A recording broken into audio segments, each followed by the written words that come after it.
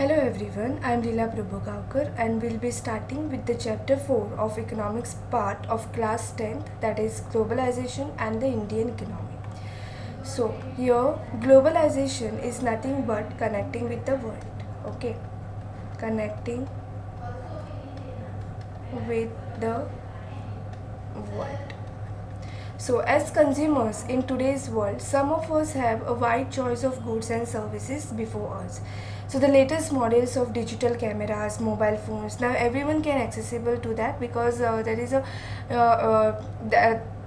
we can deliver the goods from one place to another in a very fast way. So, every season we get a new models of automobiles which can be seen on Indian roads. Earlier, this were not used to happen because there were only the ambassador and the Fiat car what Indians used to uh, Indians used.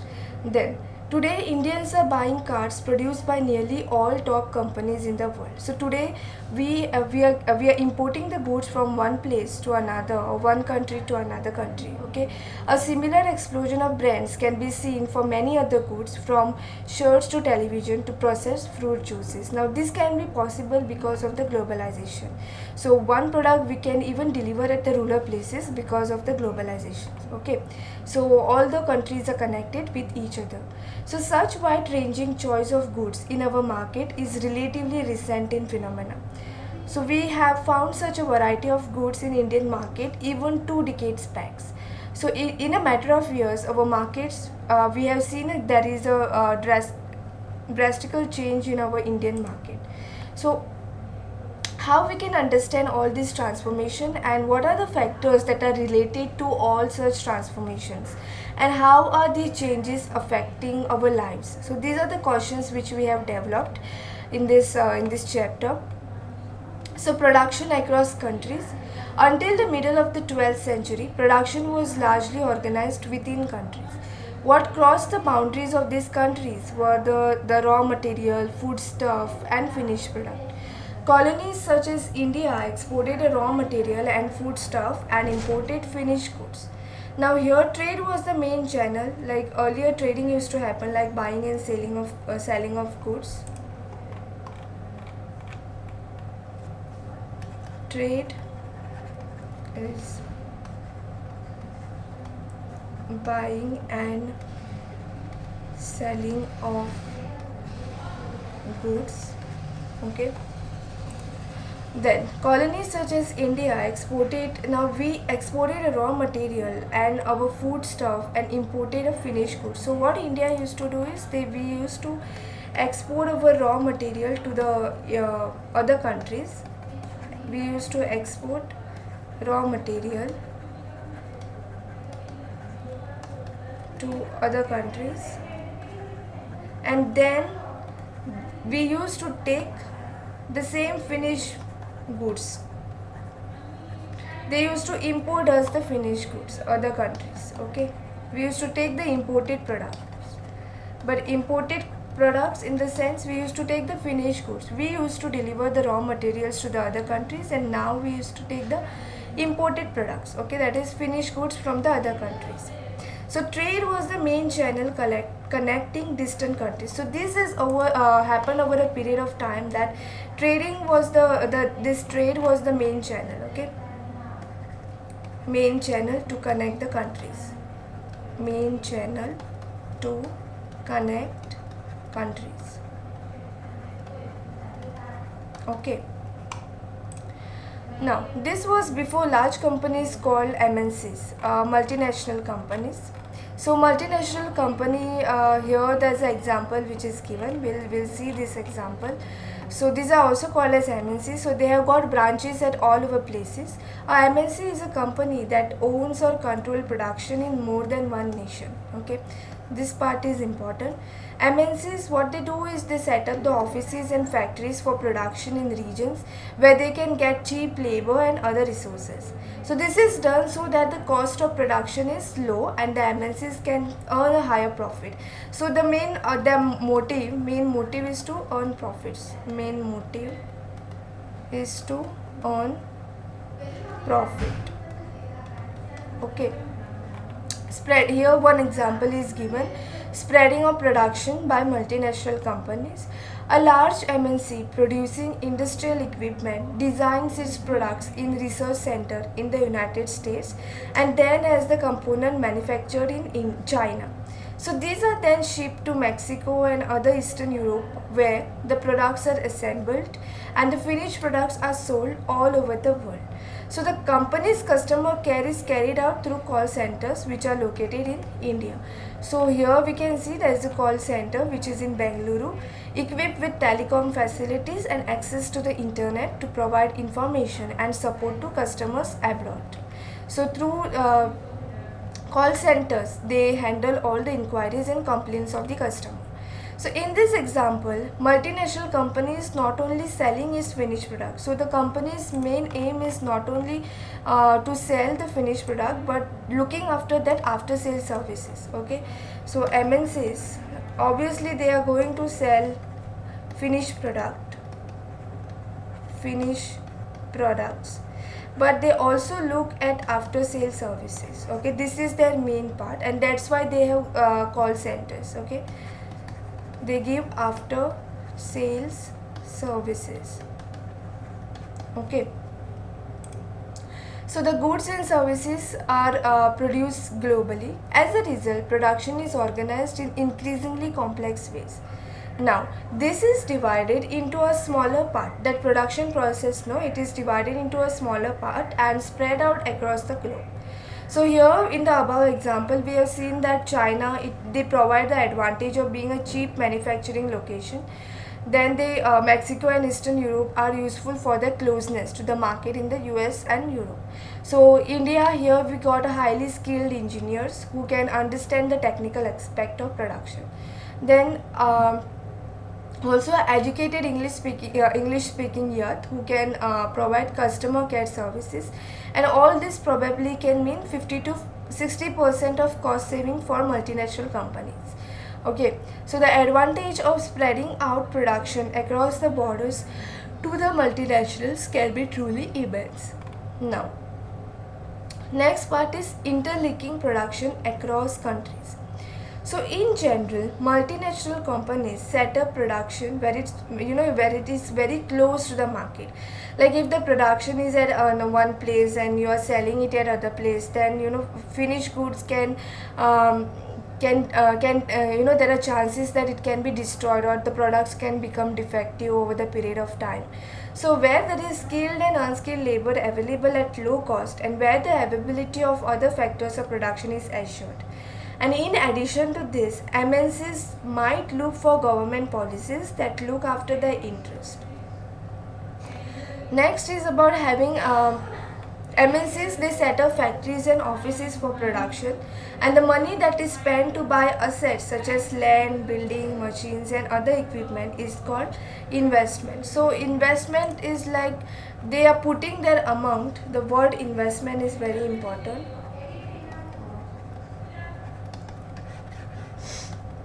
So investing in your money in asset, capital, okay, land, building, machines. Investing your money in land, building, machines. So this is investment. Then investment made by multinational company is called foreign investment. So whatever investment MNCs make, it is called as foreign investment.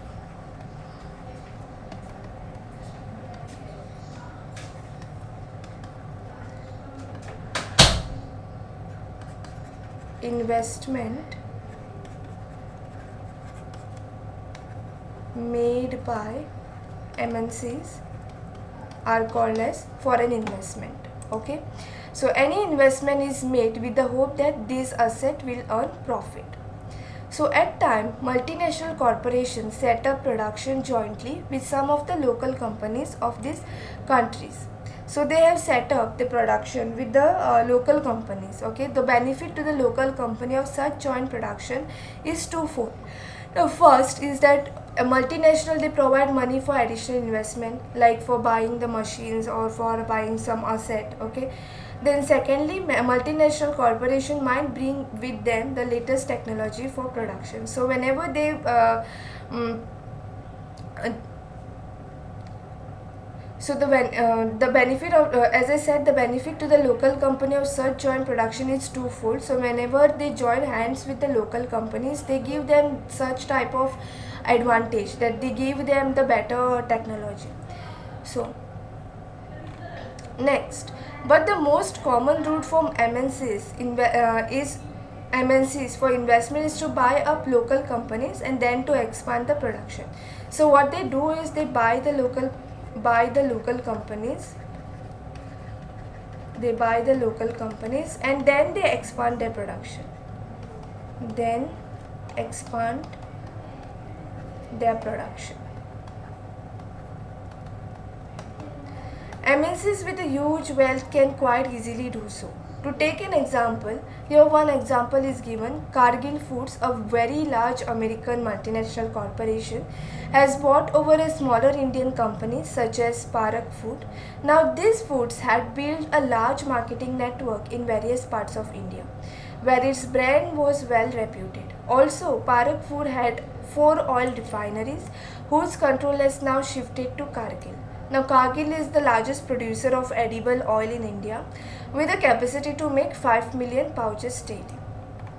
So, in fact, many of the top multinational corporations have wealth exceeding the entire budget of the developing country government. So, with such enormous wealth, imagine the power of the multinational corporations. Now, the next thing is there's another way in which multinationals control production. Large MNCs in developed countries place order for production with the small producers. So they place orders with the small producers. Garments, footwear, sport items are all the example of industries where production is carried out by a large number of small producers around the world. Then, now the products are supplied to the MNCs, which they sell under their own brand names, okay, to the customers. So they use their brand names, but the production is done by the small manufacturers. Okay, so these large MNCs have tremendous power to determine price, quality, delivery and labor condition for these distant producers. Thus, we see that there are a variety of ways in which MNCs are spreading their production and interacting with local producers in various countries across the globe. So here, by setting up partnership with local companies or by using the local companies for supplies, by closely competing with the local companies or buying them up, MNCs are exerting a strong influence on production at this distant location. As a result, production in this widely dispersed location is getting interlinked. The next part is with regards to foreign trade and integration of market. How the foreign trade is going on, and for a long time foreign trade has been the main channel, okay, which connects the different countries.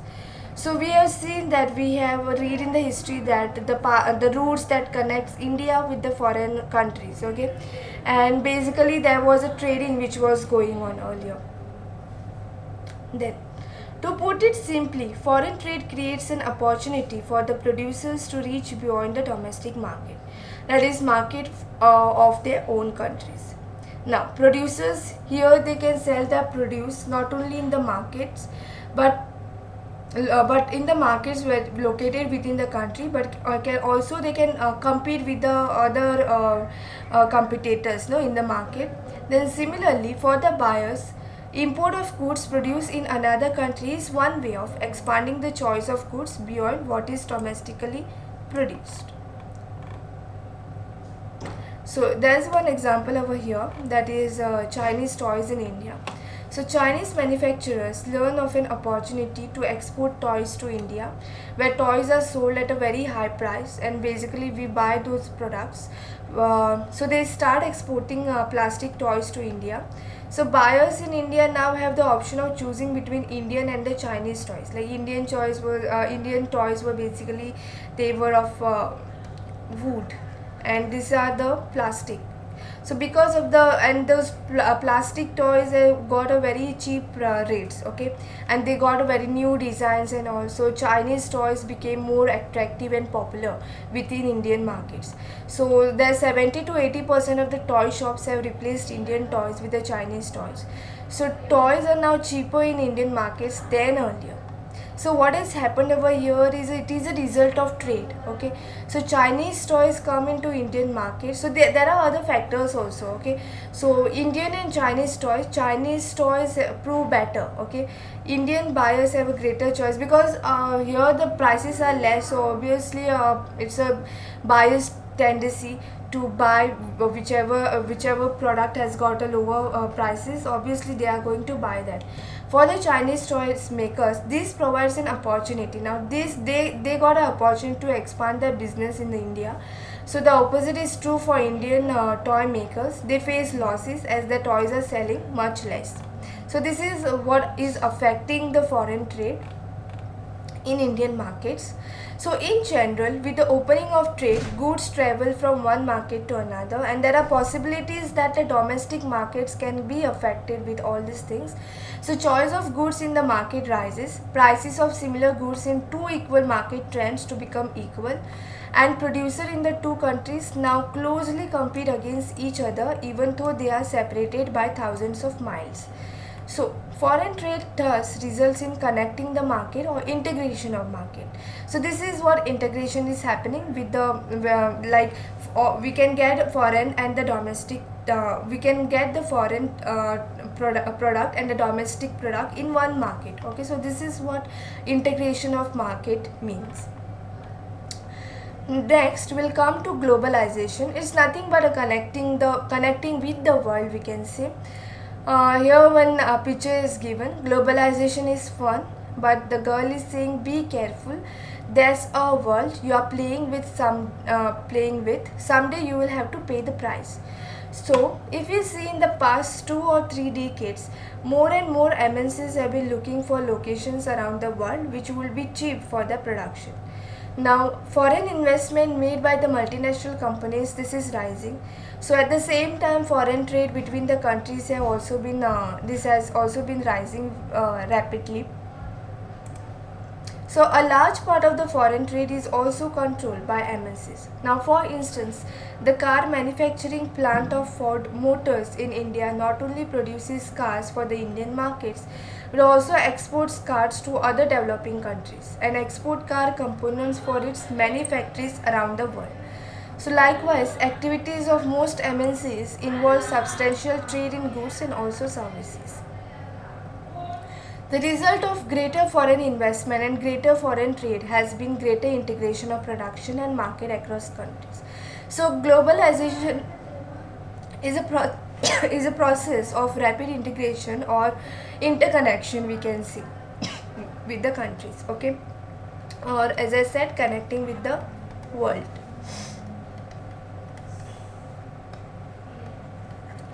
So here MNCs are playing a major role in the globalization process. More and more goods and services, investment and technology are moving between countries. Most regions of the world are in closer contact with each other than a few decades back. Now due to the globalization, countries have come very closer and they can share their products from one, or they can import and export. So beside the movement of goods and services, investment and technology, there is one more way in which the countries can be connected. This is through the movement of people between countries, okay, like moving the people from one place to another. People usually move from one country to another in search of better jobs. So that is a migration, right? So better jobs or better education or any other better facilities, if they are getting in that countries, then they shift.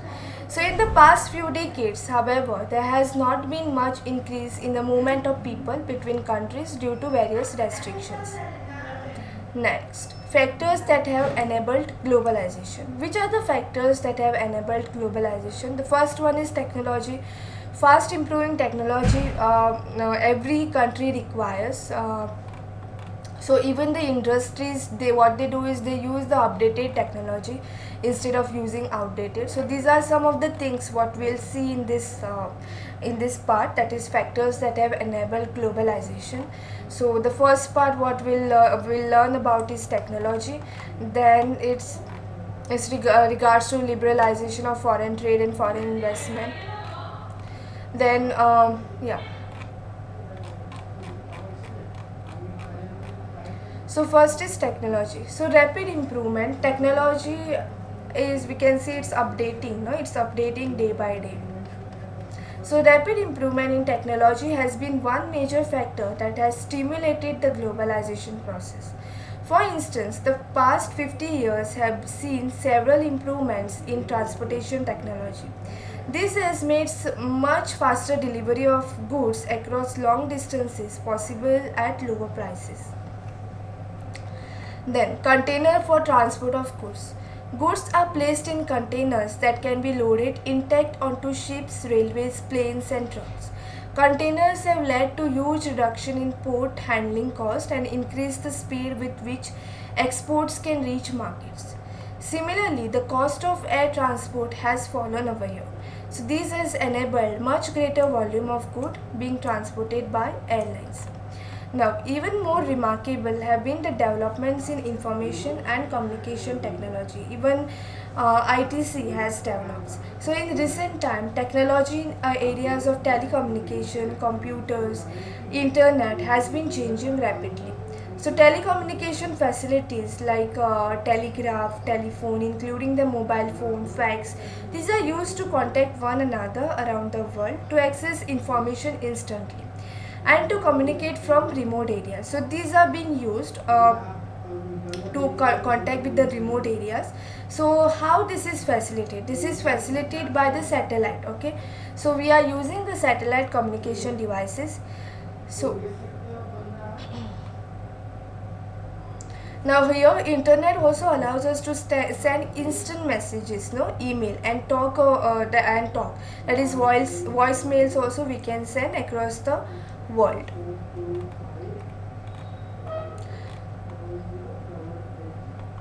Next part is with regards to liberalization of foreign trade and foreign investment policy. Now let's return to the example of imports of Chinese toys in India. Suppose the Indian government puts a tax on import of toys, what would have happened? Now, if they have put a taxes on importing the toys, then we will have to pay the taxes, right? Because of the taxes, buyers will have to pay a higher price than on those particular imported toys. So, Chinese toys will no longer be as cheap in the Indian markets as it was, and imports from China will automatically reduce. So then Indian toy makers will prosper. So tax on imports is an example of trade barrier. It is called a barrier because some restrictions has been set up. Okay, so government can use trade barriers to increase or decrease foreign trade and to decide what kind of goods and how much of each should come in the country. So government here, they use the trade barriers and they decide what kind of goods can come and go into the country. Okay, that's why it is called as a trade barrier over here. So it is one of the example of tax on imports. The Indian government after independence had put barriers to foreign trade and foreign investment. This was considered necessary to protect the producers within the country from foreign competition. Industries were just coming up in 1950s and 1960s, and competition from imports at that stage would not have allowed these industries to come up. So thus, India allowed import of only essential items like such as machinery, fertilizers, petroleum. Only these items we can import. And so during the year 1991, that time, the basically those foreign policy were changing. The government decided Indian government decided that the time had come for Indian producer to compete with the producers around the globe. Okay, that's why they opened the market, and it felt that competition will improve the performance of producers within the country since they will have to improve their quality. This decision was supported by powerful international organizations. Thus, barriers on foreign trade and foreign investment were removed to a large extent. So this means that goods could be imported and exported easily, and also foreign companies could set up factories and offices over here. Now, since the government has removed the barriers or restrictions which are set up by the government, this is called as liberalization. So liberalization is nothing but removing the barriers or removing the restrictions.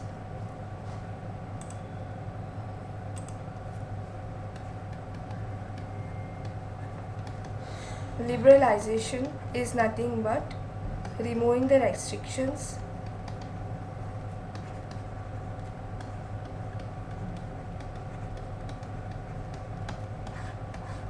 Okay.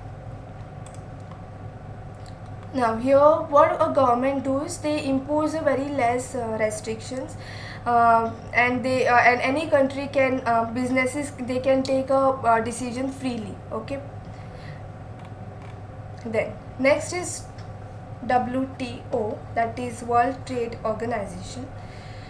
Here in liberalization we have seen that foreign trade and investment can be it is supported by the Indian government, uh, and they have removed some restrictions. Okay, so these organizations say that all barriers to foreign trade and investment are harmful, and there should be no barriers. So trade between countries should be free, and all countries in the world should liberalize their policies. So World Trade Organization is one such organization whose aim is to liberalize international trade. Started at the initiative of the developed countries, WTO established rules regarding international trade. So they have established some rules, and they have stated how the international trade should go on, and sees that these rules are obeyed. About 160 countries of the world are currently members of World Trade Organization. Though WTO, it is supposed to allow free trade for all, in practice it is seen that the developed countries have unfairly retained trade barriers. On the other hand, World Trade Organization rules have forced the developing countries to remove all the trade barriers. So here the example is going on. It is stated that there was a debate on trade practices.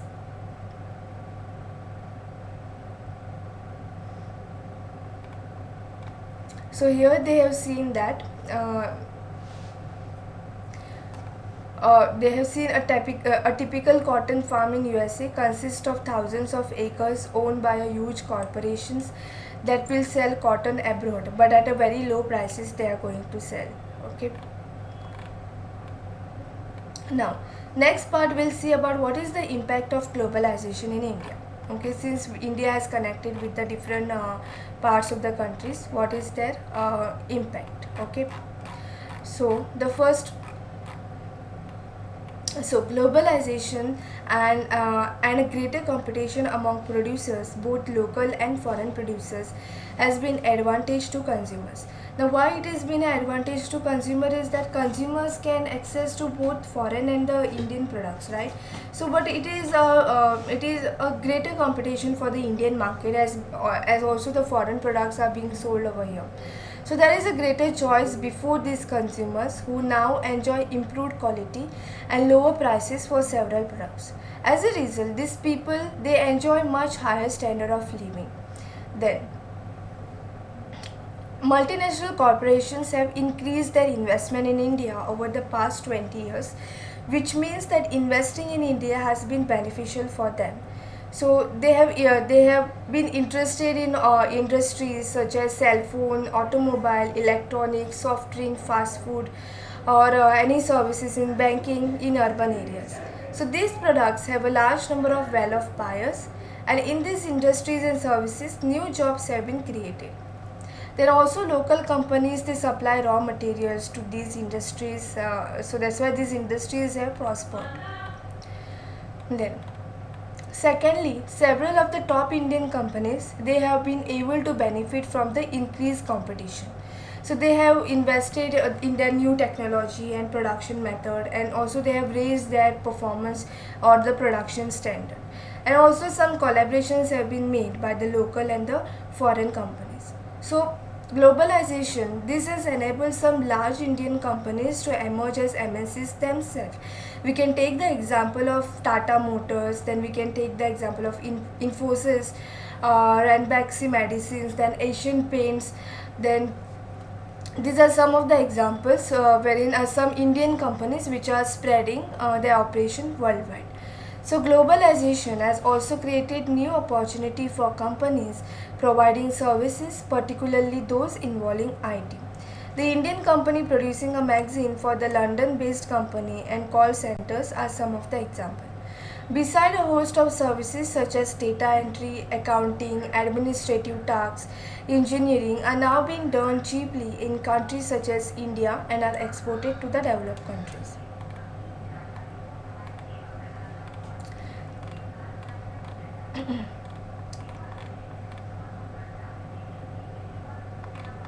Okay.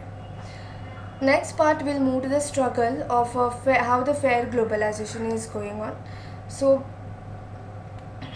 the government here plays a very important role, okay, and they make policies that protect the interests of the consumer. Now its policies must protect the interests not only of the rich and the powerful but all the people including the poor also. And also the steps government takes for all such, they bring all such initiatives, they give them the subsidies. So for instance, the government can ensure that labor laws are properly implemented and the workers get their rights. It can support the small producers to improve their performance till the time they become strong enough to compete. So if necessary, the government can use trade and investment barriers also here. So it can negotiate at the World Trade Organization for fairer rules, and they can also align with the other development countries with similar interests to fight against the domination of developed countries in the World Trade Organization.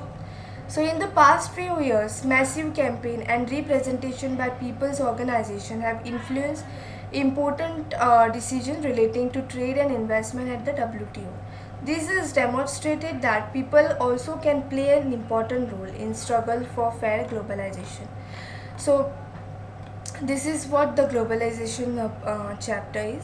So it is also benefited all the consumers around the world, and also it has for producers we can say that it has increased their efficiency because the new technologies are coming up, okay, and the standard of living of the people has increased.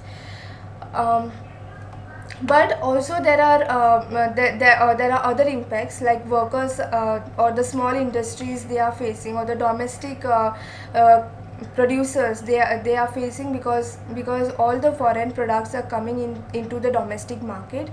So if there was a fair globalization, then this would have created opportunities among all the people, and basically this will have benefited all the people around the world, okay. So we can say that globalization is a process of rapid integration or interconnecting the countries, as we saw. Then this is happening through greater foreign trade and a foreign investment. Also multinational corporations, they are playing a major role in globalization process. So they are looking for all the locations around which at a very cheap prices, okay. So this is all with regards to the globalization and the Indian economy. It's how the globalization has affected Indian economy. And then we saw liberalization, then the investment, then foreign investment, okay, MNCs, then the export and the import, then trade, and which is a main channel to connect the countries is the trade that we saw, okay. Thank you for watching my video.